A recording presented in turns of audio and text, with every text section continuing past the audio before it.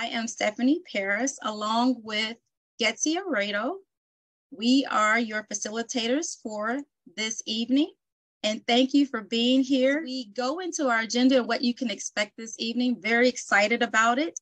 We will open up with a welcome from our president, a spotlight on final womanhood, an introduction of speakers, of our amazing speakers will come from Getzi Aredo, and then a presentation, an overview, leaving behind a lasting legacy. We will have time for Q&A, so that is the great part of this, that we will be able to interact with this overview session, and then we'll close out. So at this time, with no further ado tonight, we're going to cover these legacy estate planning items. And now I will turn it over to our president, Zeta Phi Beta Sorority Incorporated, Kappa Zeta Chapter, Mrs. Christian Lloyd, to officially welcome you. Greetings, everyone. Thank you so much for taking the time to learn about this amazing set of series. I'm so excited. Thank you so much to our presenters and the committee for putting together such a memorable series and platform. We hope you learned something tonight that will be informational for you and your families as you prepare for when you are no longer here and for the future. I hope there is something that's said that leaves something with you that brings up dialogue between you and your family. So thank you again, Ms. Paris, for all of the assistance tonight. Thank you. Absolutely, absolutely. So next on our agenda, I will turn it over to Ms. Cheryl Swan. She will give us a spotlight on final womanhood, which is part of this legacy series, and I will turn it over to you. Thank you so much. Final womanhood is one of the 4 founding principles of Zeta Phi Beta Sorority Incorporated. Final womanhood represents character, integrity, and persistence. In the Kappa Zeta, encourages community consciousness and empowers the citizens of her community. Also, a finer woman protects her family even in the event of her death. It's how she cares for her loved ones. As finer women, we strive to equip our communities with the information that's needed to guard the future of their families. Over the next few weeks, we will learn about financial planning, legal planning, as well as how to deal with grief and bereavement at the end of life. So now I will turn things over to Stephanie Paris and Getzi Aredo so that we can get started on our legacy planning series. Thank you, Cheryl. So Getzi will now take this opportunity to introduce our amazing presenters for this evening. And Getzi, I will turn it over to you. Thank you so much. Thank you. So today I have the honor of introducing our presenters. We have attorney Rita Dixon, and we also have William White. So for William White, he is a founding partner of Forge and Link Financial Group in Dallas, Texas. He has over 11 years in the financial arena. He has served over 1,500 clients. He specializes in estate planning, investment advice, financial planning, and risk management. He attributes his success to following a godly path, having a great support system, and continuously pursuing higher education to better equip himself and his team with the best solutions possible for his clients.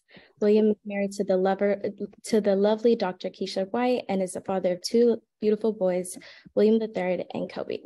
And then for attorney Rita Dixon, she has over 15 years of legal experience advocating for clients in and out of the courtroom. She graduated from college with honors from the University of Tennessee, Knoxville, with a Bachelor of Arts in 2002. She majored in legal studies and was a University Honors Scholar and an African American Achiever. Attorney Dixon attended Texas Southern University, Thurgood Marshall School of Law, and graduated cum laude, earning her Juris Doctor in 2006. Attorney Dixon is a litigation attorney in the legal aid of Northwest Texas for 6 years before branching out to open her own practice in 2014. She has been managing her firm for 9 years, and her principal office is located in Frisco, Texas. I will now pass this on to William Wright to present their presentation. Thank you.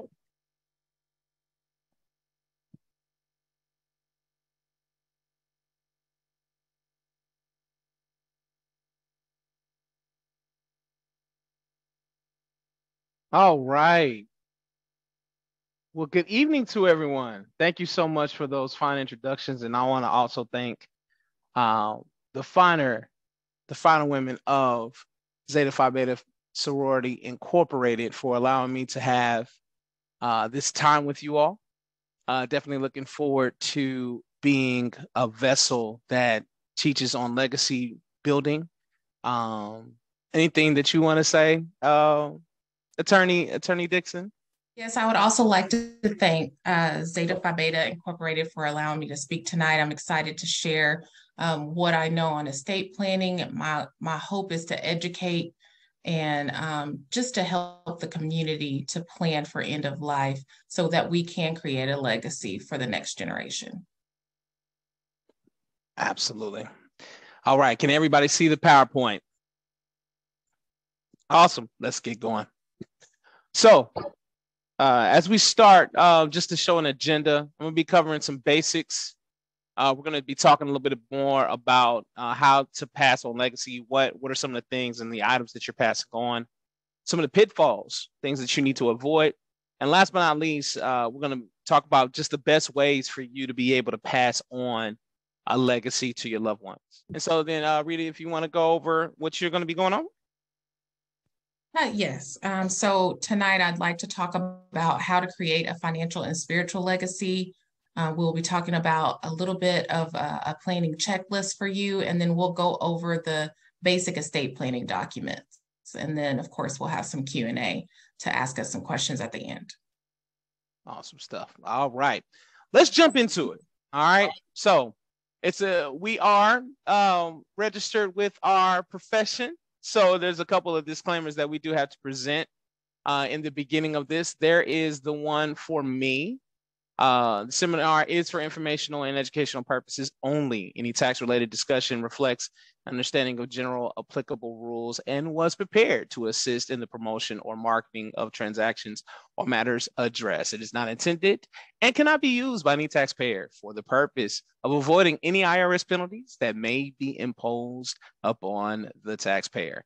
Non-life securities, Eagle Strategies, unfortunately, Financial Group, its agents and employees may not give legal, tax, or accounting advice. Individuals should consult their own professional advisors before implementing any planning strategies. Yeah, there we go. All right, let's keep it going. Then, yeah.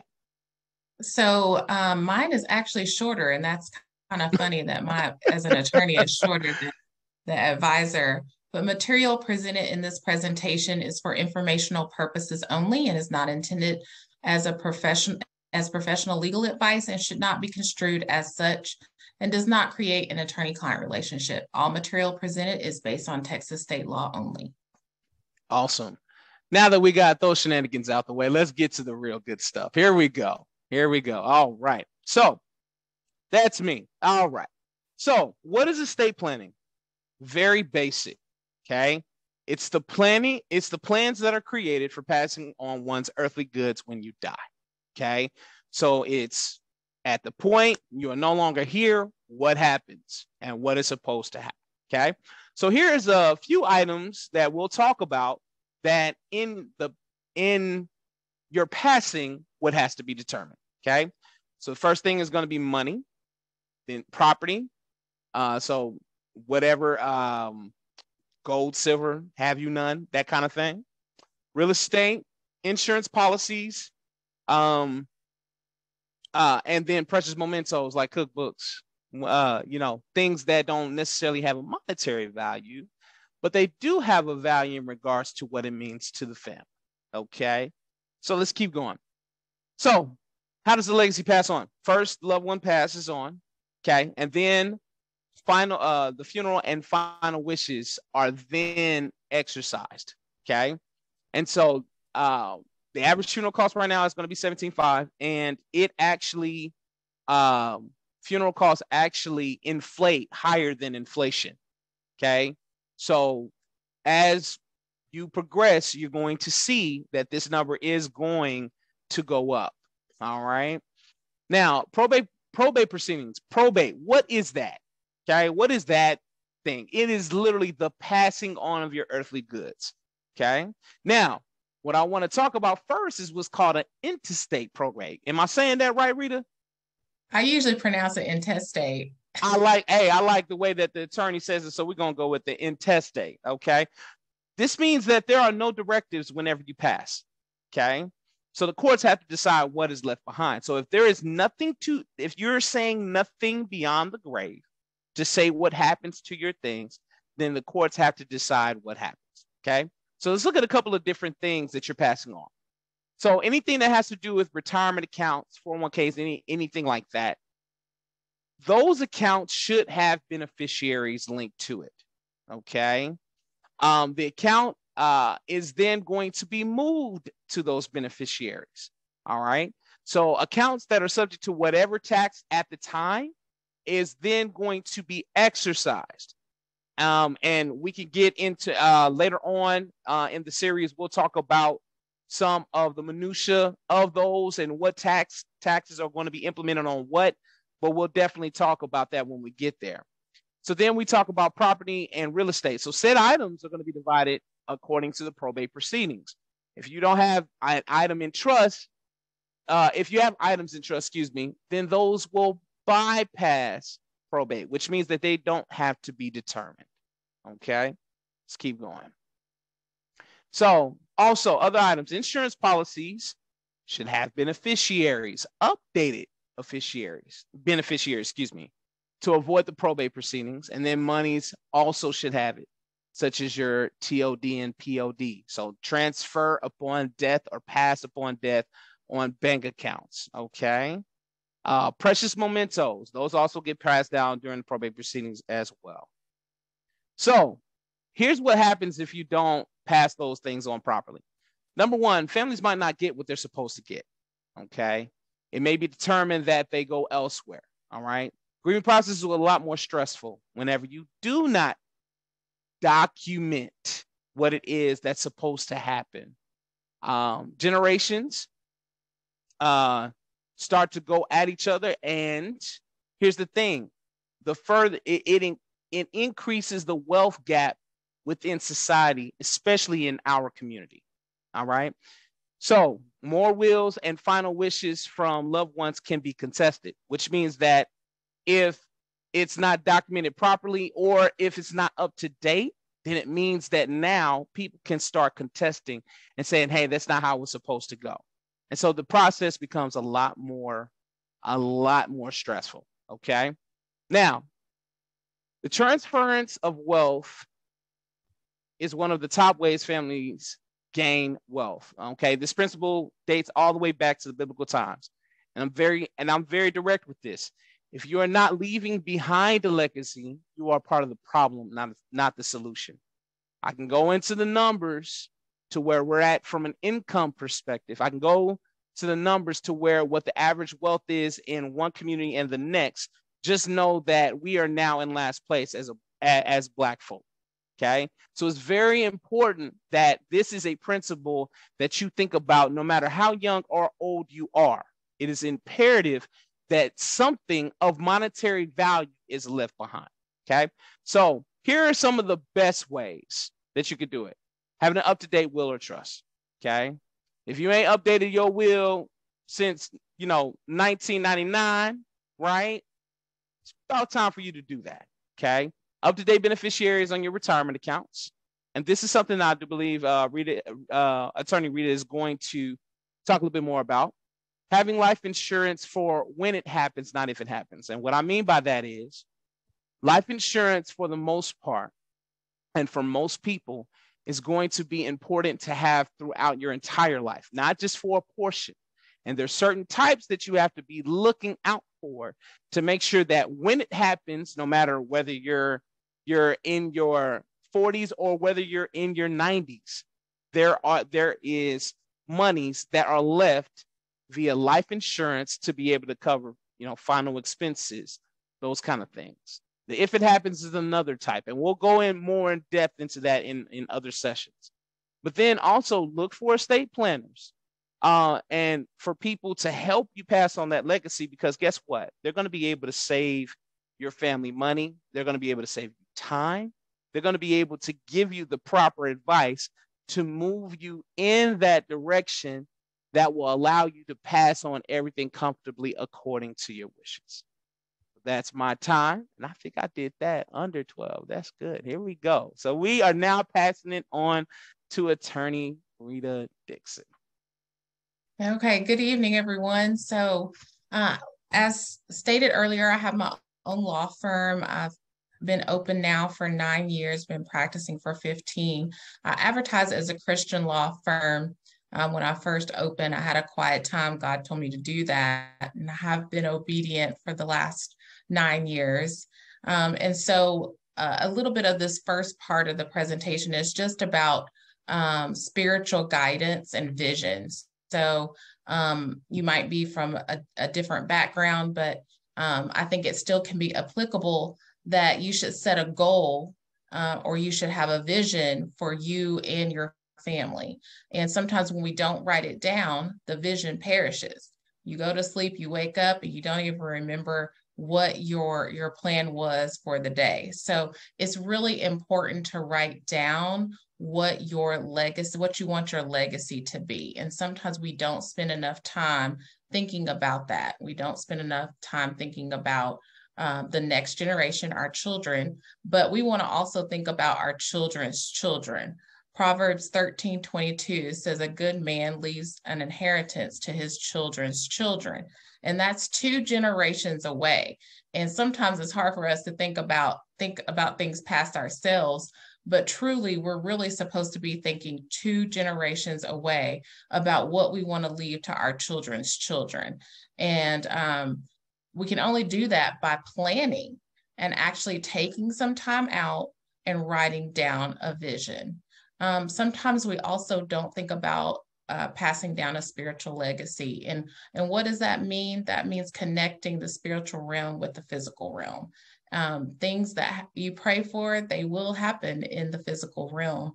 And so we want to make sure that next generation understands that as well. The next part that I like to talk about is just discussing the plan with your family. So for whatever reason, we don't like to sit down and talk about death. We don't like to sit down and talk about the plan, right? A lot of times in certain cultures, it's taboo to talk about death. And it's hard. It's hard to talk about death. I do have some clients that come in, and I do have the tissue box right beside me because sometimes they need it, because it is difficult to have these conversations. But if we don't start having these conversations, it's going to continue to hinder us from passing down that generational wealth. So a lot of the generation ahead of us, some of our parents and grandparents, sometimes they're stubborn, don't like to have these type of conversations. But it's really good to open up that dialogue and maybe even make it fun, have a family night. And sometimes, I don't know if people are still having family reunions. Those probably stopped, though, a lot with COVID. But if you can plan a family get together, make it fun, open up that dialogue and have that conversation with your family, because just the conversation itself can really help to understand what your family member might want upon death and to help the family move forward if that were to happen. Also, connect with a team. You can't do it by yourself. You can start the process, but you really, really need professionals to help you properly plan a legacy for your family. For me, definitely recommended to have a financial advisor like Mr. White. Also, A lawyer doesn't have to be me, but any estate planning lawyer would be able to help you. And then a good life insurance agent, because you need to make sure you have enough life insurance to cover what might happen unexpectedly. So those are just some quick tips on trying to create a financial and spiritual legacy. I kind of want to move in a little bit to talking about a little bit of a checklist. We kind of forget these small things, but they actually do matter. And I've had some cases where they have mattered. So nowadays we have lots and lots of PINs and passwords. I can barely keep up with all of mine. So they do have some apps now that are able to store PINs and passwords, but you can also just keep track of them in a book, because if something happens to one, let's say you have a couple and something happens to one of the spouses, a lot of times the other spouse may not have access to PINs and passwords. And that's something that you'll need right away. For me and my husband, we do have a book, but my husband has one where I can barely read some of his writing. So I need you to really try to work that out so that I can read what the PINs and passwords are. Some scenarios that hypothetical, I'm just going to say hypothetical scenarios for purposes of this session. PINs and passwords weren't shared, and sometimes it's really hard to change bank account information, payment information. I have called even myself and not necessarily been on an account, and they'll ask you for a PIN and password. I'm like, well, I'm the wife.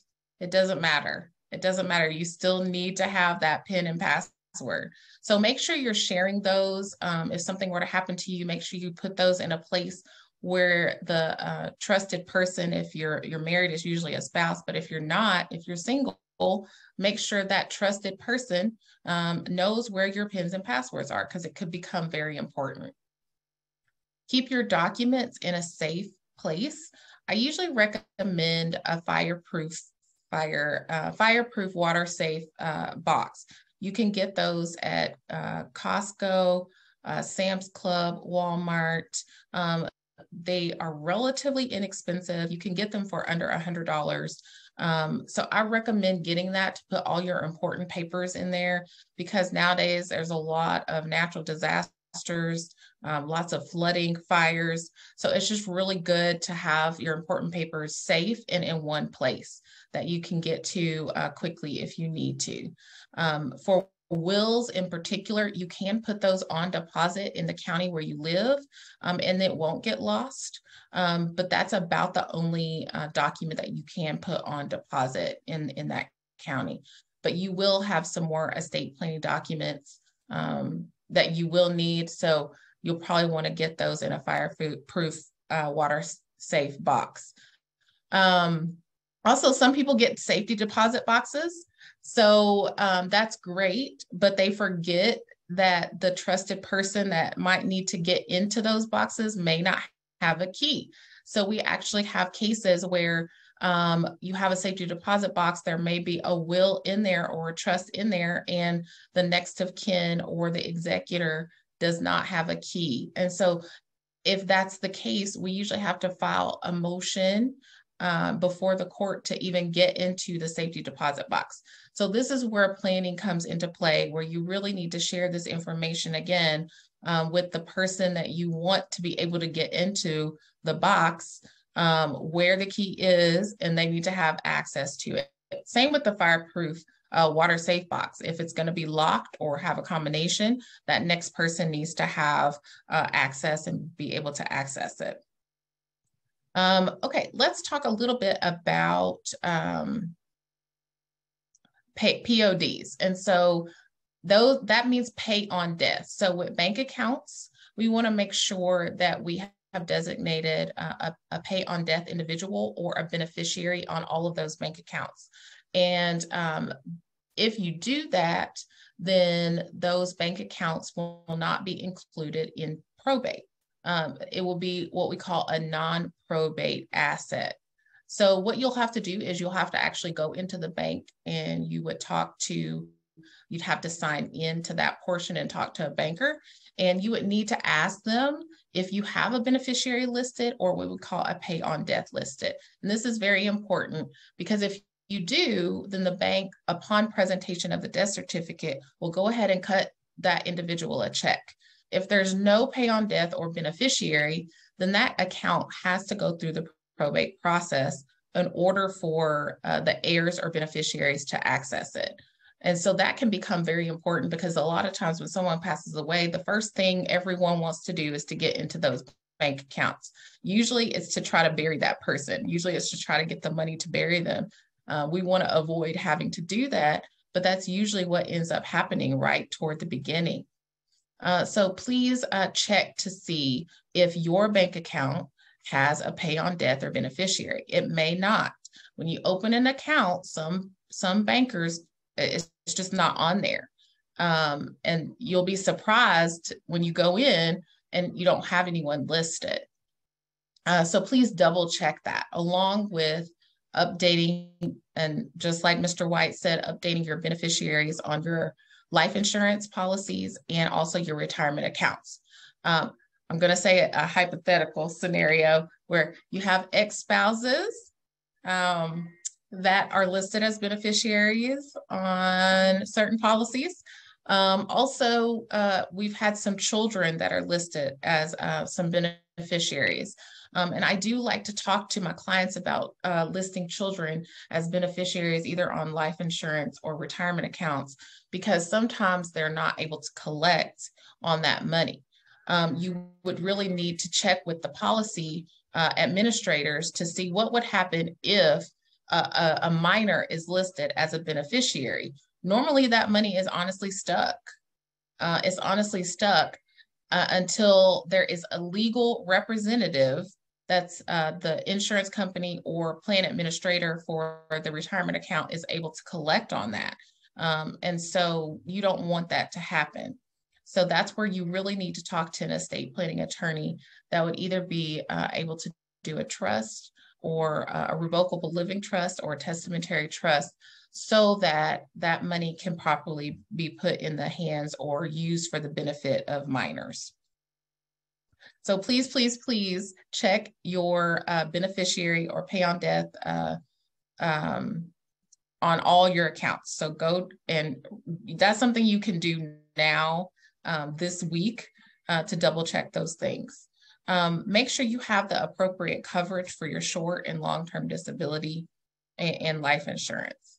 Also, some life insurance policies will have funeral and burial provisions within the policy. And this is important because, like I said earlier, sometimes when someone passes away, everyone's looking for money to actually bury that person.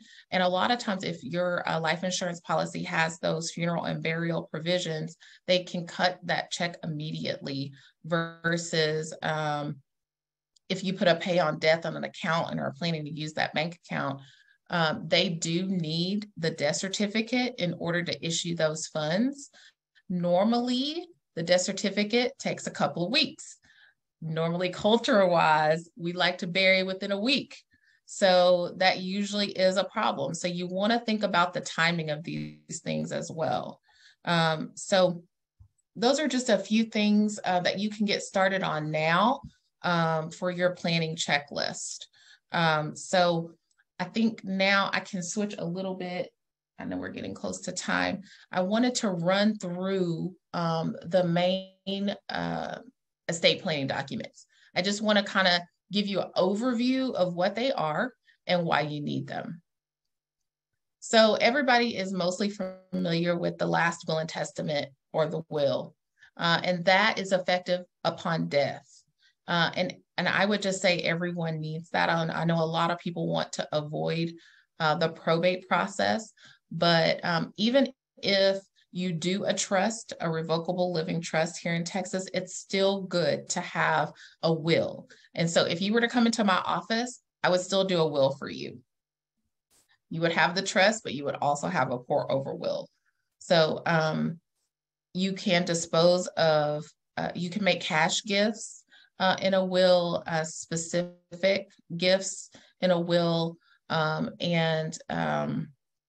You can also do groupings, like some people do all of my clothes to, you can do charities in a will. So it basically just will put, a will, I will say, if you don't have a will, and this is a very important point, if you don't have a will here in Texas, Texas already has how your property will be divided.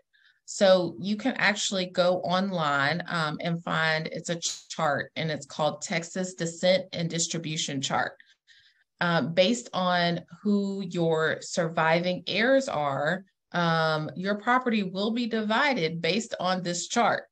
So if you do not have a will, I will repeat, the state of Texas already has how your property will be divided. So another reason that people will need to do a will is because if you want like a niece or nephew or a special cousin or friend to get property, a will is the only way, or a trust is the only way that that individual would get the property. The state of Texas, it doesn't work that way.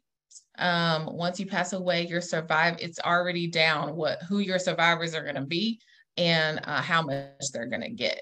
So again, if you want to check that out, you can go online and just Google Texas Descent and Distribution and find out, if you don't have a will, how your property might be divided. And you can even do that today.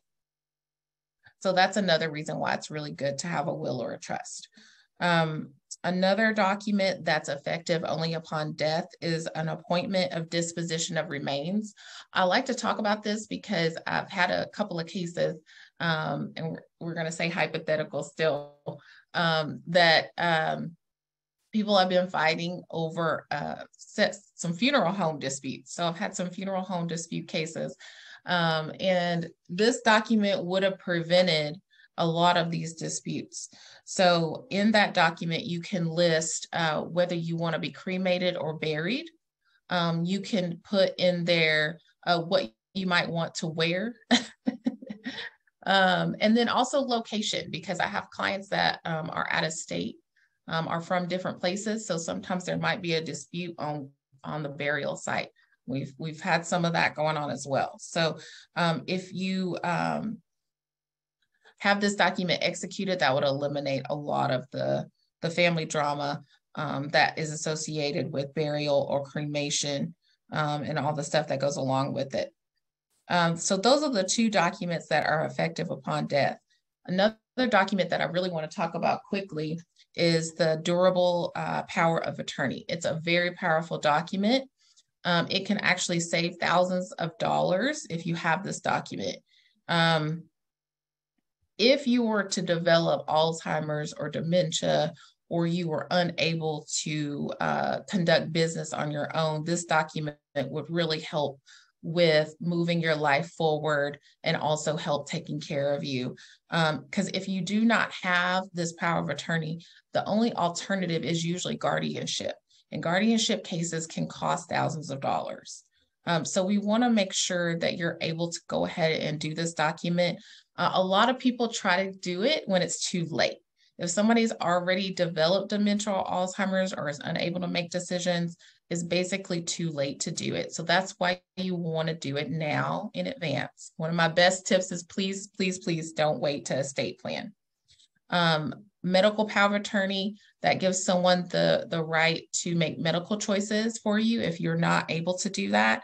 And along with that is a HIPAA authorization, and that will release medical records. And those can be effective even 2 years after death. And the reason I tell you that is because I had someone call my office for a medical malpractice case possible, but they could not get the medical records to even see if there was a possibility of medical malpractice as to why the person passed away. So that's also a great document to have. Advanced directive, or we call that a living will. That will tell the doctors if you're going to stay on life support or not. And you can put some more details in that document, but that's what it does. Declaration of guardian. If you were to need a guardian and become incapacitated, not able to make decisions for yourself, you can designate a person that you would like to be your guardian. And the same for your child. So you can do that for your children who you would like to be the guardian of your children. Hopefully, I think I ran through all of those really, really fast, but I wanted to make sure that we were able to open it up for question and answer. I guess we could take a quick second and see if we have some questions, because I definitely wanted a lot of the time to go to Q&A. Yes, we do. We have lots of questions in the chat. Oh, okay. All right. Love it. All right. So I know we have some assistance there. And Yvonne, do you want to walk us through? Sure. Thank you. Absolutely. I'm happy to. So the first question that we received was, how many people can be listed on your POD or your pay on death account? So that's most likely going to depend on the bank, but usually it's either 2 or 3, I would assume. But they have usually a first slot, second slot, and third slot. But you just have to go into your bank or ask your retirement plan administrator how many slots they would give. Awesome. And then I also see a question about, what type of planning should someone do if they're single with no dependents? Well, you should plan just like everyone else. So if you have just one bank account, that's enough for your family to fight over it. Even if you're single with no dependents, you have a family. So I've had some, I've gone to court and the judge says, you know, this person has a family. We're getting down into cousins. And that makes it difficult. So, and that's how wealth fades, because if we're trying to track down cousins and extended family, then your estate is winding down on attorney fees. So we want to make sure that even if you just have one bank account, we want to make it easy on your family. So you still need pretty much the same estate planning documents. And then to add on to that, in regards to insurance, quite honestly, the insurance that you would need would be something to cover final expenses for yourself, just to make sure that you have the proper type. And then on top of that, anything that has to do with the investments, you also want to make sure that they are listed inside of the planning, inside of the estate planning, to say who gets what, and that they have also beneficiaries that are linked to those. But those are the two on the insurance and the investment side that you should be doing as a single person. That's very good information. I have a third incoming question. What steps do we need to do to tighten our documents to prevent them being contested? Okay, so a lot of people will do a revocable living trust to try to avoid will contests. So that's one way that people do try to avoid contests, but also wills can have a no contest clause in there. I usually have one that's in my wills that says if you do contest it, then basically you and your descendants are not going to get anything. Spicy. Okay. And is an estate everything we own at the time of death, or just some things? Yeah. So no, it's literally going to be everything that is connected to your social security number. Okay. And then things that are not connected to your social security number. So anything that was in your possession, whether it be in your house, whether it be your bank accounts, whether it be your investment accounts, whatever that may be at that time, Attorney Dixon helped with this. The social security number is then, in a sense, frozen to be then predetermined as to what needs to happen with all of your different things. The way I kind of explain it to my clients is that when you pass away, everything you own and everything you owe falls into a bucket, and that bucket is called your estate. And so once it falls into that bucket, you usually have to have a legal representative that represents the estate at that time. And that's why everything is frozen. Because you as an individual, before you pass away, you're able to conduct business on your own. You're able to walk into the bank, you're able to change your beneficiaries, you're able to do that. But when you pass away, the court wants to know, and all the entities wants to know that the person or individual has the legal authority to make those same decisions on behalf of the estate. Okay, helpful. Let's see, I have another one. If you're listed on an account already, do you still need to also be listed for the payment on death? So back to the POD accounts. So that's a really good question, because I usually say yes. So when you break down bank accounts, a lot of times you can have co-owners of the account. And so each individual is an actual owner. But that doesn't necessarily mean if one of the owners passes away that the money automatically goes to the other person. Some bank accounts are called with right of survivor, which means that if one person passes away, then yes, everything automatically goes to the other person. However, some bank accounts are listed as tenants in common or joint accounts. So if you have co-owners, sometimes if one of the owners pass away, that 50% falls to that person's heirs, and it doesn't go to the other person. And that kind of depends on how that bank account is set up. And it would be very surprising if you had a bank account with someone and you thought you were getting 50% of it or the rest of the account, and actually that money fell to the heirs who you don't even know. Okay, good information. I have another question. I actually have lots of questions coming in. So there's lots of interest in this topic tonight. But I see another one that says, what do you recommend for protecting property as we get older? So I think that's a specific question for estate planning. When you come in, that's why it's really good to talk to an attorney, because we would individualize it for that particular person. Because what may work for someone, one person may not work for the other person. There may be something easier for one person to do, or just a different way that might work better for another person. I see some incoming interest about contesting wills in Texas. So how easy is it to contest a will in Texas? Is it easy? I mean, I would say it is easy, but filing a lawsuit is easy in general. I mean, but it's easy. It's easy everywhere. That doesn't mean you're going to win. Good point. And what are the requirements for establishing a trust for children? Is it the best vehicle if they are your beneficiaries? So I'm going to say yes, you do need some sort of trust for children, because they really cannot conduct business on their own. So in order for the children to benefit, they really do need a trust. It could be in a revocable living trust, provisions made, or a testamentary trust. But at the end of the day, you do need a trustee that would be able to operate for the benefit of those children.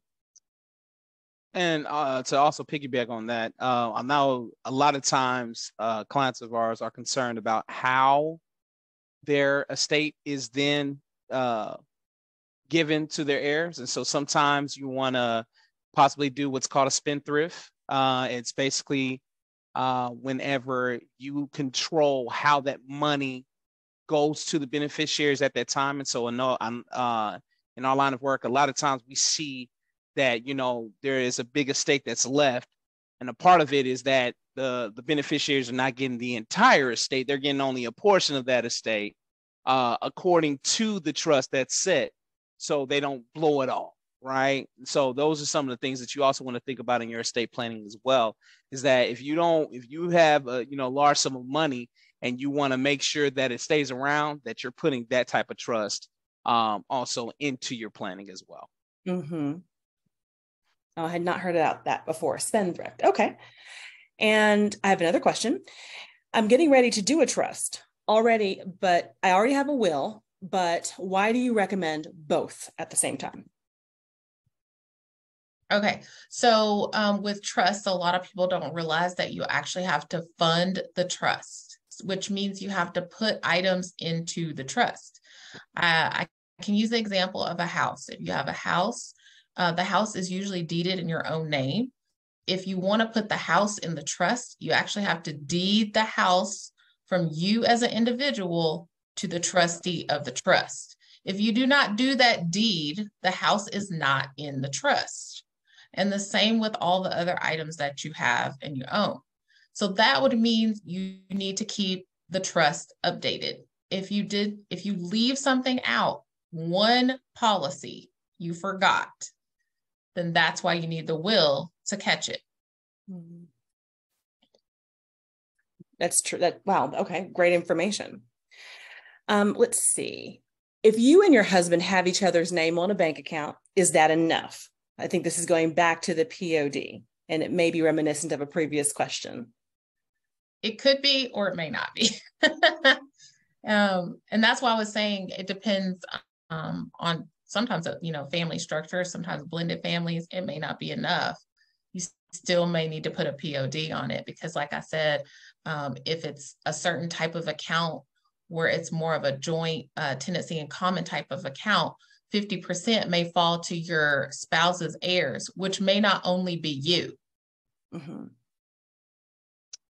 Sure. Yeah. And then on top of that, what happens is if you have a joint account, a lot of times they don't even think about putting once one person passes away, they don't think about, hey, it's time for me to go to the bank to change the POD.